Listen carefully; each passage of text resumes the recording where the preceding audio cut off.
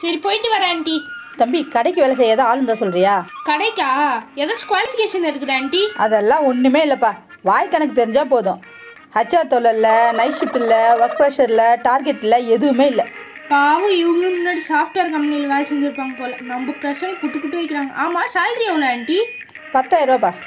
10,000மா? ஸ்டார்டிங்கில் தான் 10,000. அதுக்கப்புறம் சேலரி இன்க்ரீஸ் பண்ணிக்கும். பொங்கல் போனஸ், தீபாவளி போனஸ் எல்லாம் இருக்குது. சர்டிஃபிகேட் வாங்கி வச்சுக்க மாட்டோம். உனக்கு வேலை பிடிக்கலாம், நீ போயிட்டே இருக்கலாம். அங்கே ஒருத்தங்க வேலை செய்கிறாங்க பார்த்தியா? அவங்களும் சாஃப்ட்வேர் வேலை செஞ்சவங்க தான். இன்னைக்கு கடையோட ஃபுல் மேனேஜ்மெண்ட் அவங்க தான் பார்த்துக்கிறாங்க. இப்போ அவங்க எந்த பிரச்சனையும் இல்லாமல் சந்தோஷமாக இருக்காங்க.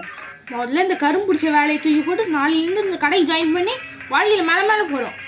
ஆண்டி, உங்களுக்கு ஆள் கிடச்சதான் நினச்சிக்கோங்க. ஒரு நிமிஷம்ப்பா. ஹலோ, அப்படிங்களா? நாளிலேருந்து வந்துருங்க.